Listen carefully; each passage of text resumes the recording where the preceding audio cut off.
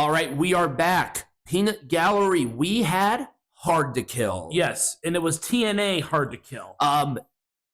Initial vibes. Pretty good. What are you digging? I'm digging, I like the stadium that they were in. Yep. They actually did manage to fill it. Yep, the lighting was much better. Yep, the tunnel was really cool. Yep. I really like that. A little homage to the whole TNA vibe. Yep. It was just overall, everything about it felt different and special. The presentation was notably better as well. 100%. But let's get into our first match. This is the first match of the TNA era. They had to knock this out of the park, and I think they did a pretty good job. Oh, yeah, absolutely. Tasha Steele, Alisha Edwards, Gisele Shaw, Jody Threat, Zaya Brookside, who signed with the company, and then Dani Luna. Mm-hmm. This and whoever won became TNA Knockouts World Champion #1 contender. Right. If I say Impact Wrestling a couple of times, just keep in mind they were Impact Wrestling for like 5 years. So they were Impact Wrestling for 2017. Yeah, Impact Wrestling for 5 years, 6 years, almost 6 years. Yep. So if I say Impact Wrestling, just remember that's instilled in my brain. Yeah. But this was a good match. I really liked it. It wasn't over the top. No. It was a nice, tame Ultimate X for what it could be. Right. Because wasn't this the first ever women's Ultimate X match? No, this was not. No.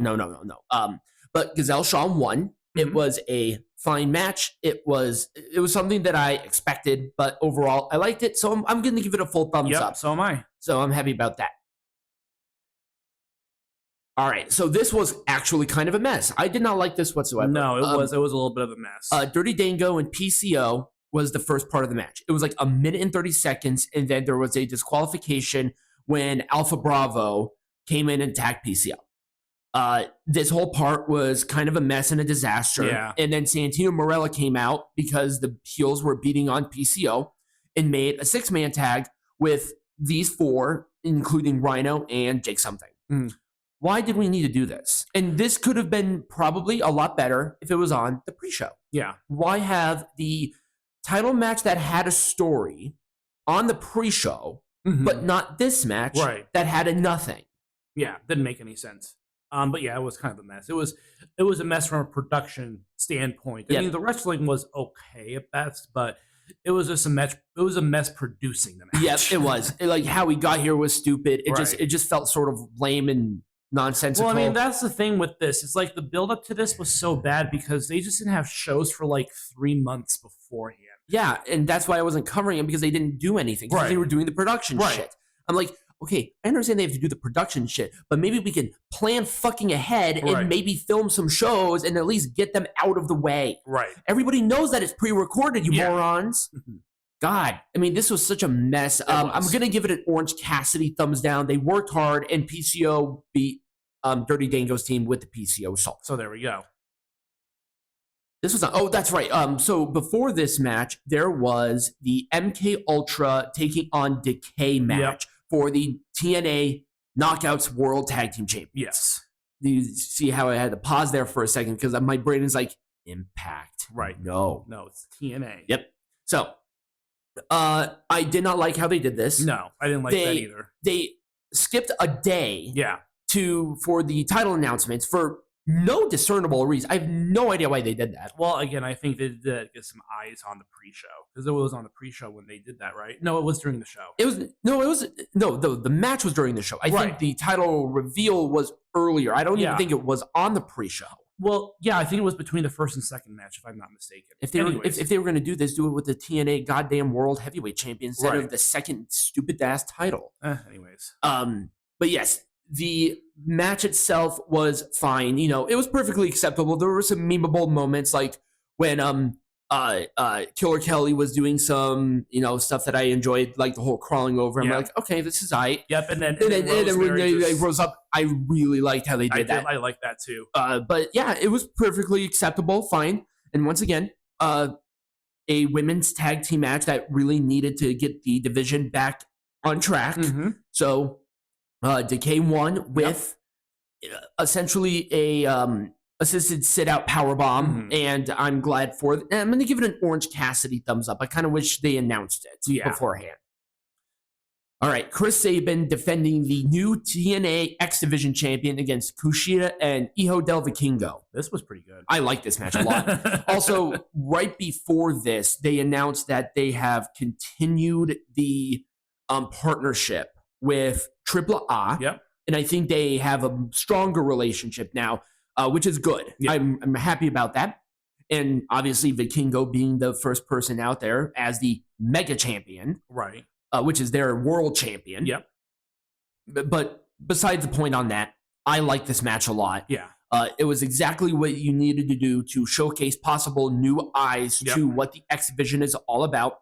The one thing that I think was a wasted opportunity here, because X Division is not necessarily a weight class, it is the style. Mm-hmm. And I think if they had a bigger guy in this match, I think it would have showcased that a lot better than what was here.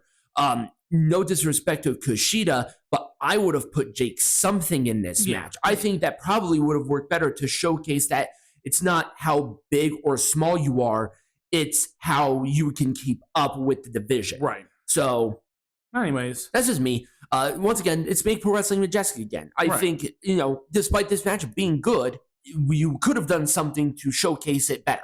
Yeah. But it was a cradle shock for the win. Full thumbs up. I liked it. Didn't hurt nobody. Nope. Josh Alexander and Alex Hammerstone. This was a great match. Well, okay, so this might have been, I think, Alex Hammerstone's first major match inside of a company that pretty much has a national reach. Like MLW is not. It's not national yet. No, but it's a big regional one. Like if you're maybe a little bit more than a casual fan, you might know about. Well, if you're a wrestling fan, of course you know what MLW is. But I don't think as many people who are not wrestlers or within that community know a lot about MLW. Right. So this was really that first kind of showcase for Alexander Hammerstone on a more national, maybe a little more mainstream-esque sort of wrestling promotion. No, I 100%. So this was a great match. You can't go wrong. And I think it showcased Alex in a great light. Yeah, now, I hope that TNA sees Hammerstone as a valuable commodity and sign the guy, but I haven't heard anything. I haven't heard anything either. But yes, it was C4 Spike for Josh to win. Nobody looked bad. This gets 2 thumbs up. Oh yeah, from this me. this was a fantastic match. You never have a bad match with Josh Alexander though. No. So for the TNA World Tag Team Champions, ABC Rascalz, Grizzled Young Vets, and it wasn't Speedball Mountain or whatever they're calling them because Trent Seven could not make it because of the storms happening on the other side of the country. Yeah. So Laredo Kid was the replacement. Yeah. And there were some people complaining that Laredo Kid should have been in it in the first place. I don't know. But the Rascalz had the title match for them because they had the Call Your Shot or Feast or Fire rather. The Grizzled Young Vets, they had it because they do have a name within the wrestling world. And then obviously you need Speedball Mike Bailey in there somewhere because he's awesome. Right. And then Laredo Kid was a replacement. So, but ABC retained with the fold. It was a fine match. It was fine. It was exactly what I expected. A car crash. Yep. Was spot fest. Yep. You have 8 people in the ring. It's nothing really stood out, Right. but it was acceptable for what it was. Yeah. So I'm going to give it an Orange Cassidy thumbs up, and this is being nice. All right. For the TNA Knockouts World Champion, Trinity, Jordan Grace.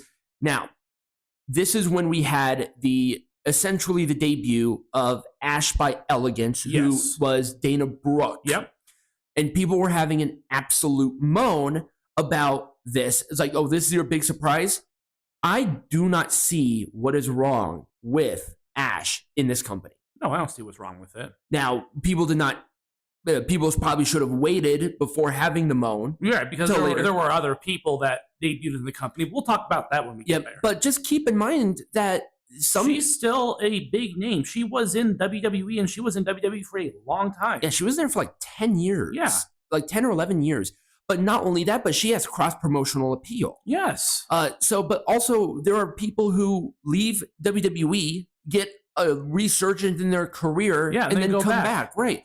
So give her a fucking chance. Right. Holy shit. It's not. I mean, Lashley was going through the same thing. Drew McIntyre had the same thing. TNA is where you go to revive your career. if you have the chops to do it. Right.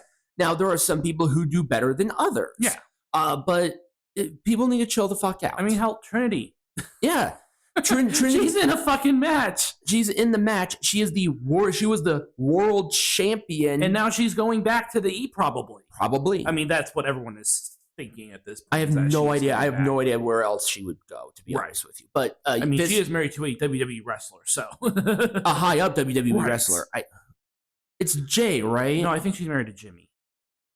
I'm not sure. Anyways, so it was a good match. Jordynne Grace won because Jordynne Grace is awesome, but Trinity did a very good job. Grace's strength is insanity. Yeah, and she and Trinity really did elevate the division quite nicely. Yep. But Grace winning it was 100% the right call. Yep. And this gets a full thumbs up. Oh, absolutely.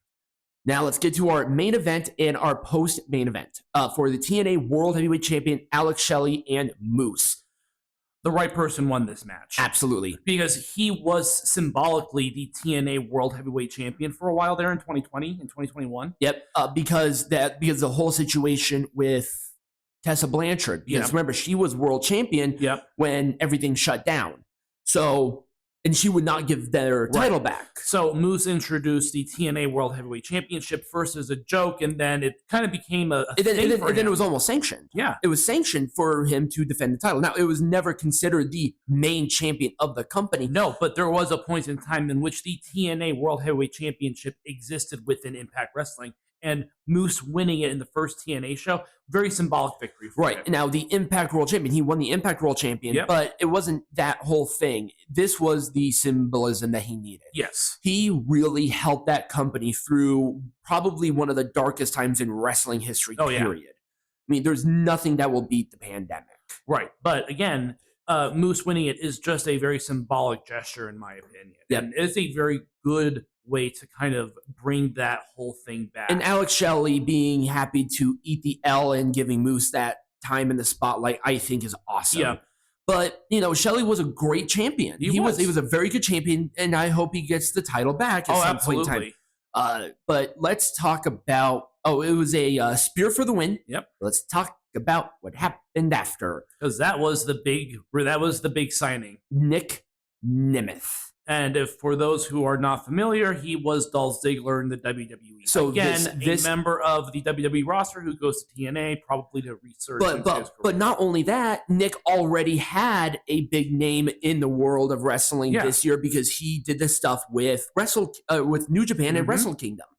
So this was big for TNA. Now, is Nemeth signed with TNA or is he doing freelancing? I don't know. I haven't checked. I think that he is a part of the official roster. Okay. But he's going to be doing stuff with them. Yeah. He laid out Moose, big stuff, and that was the end of the show. Great start. Yeah. Great start for TNA. I hope they continue it. Yeah. I hope they follow up with a live show. They have to. Oh, yeah, they have to. And I think they will because they're doing some tapings tonight. Right. So there you go. Now, what are we doing next? We have a match, I think. We do. We have a very special match. I cannot wait.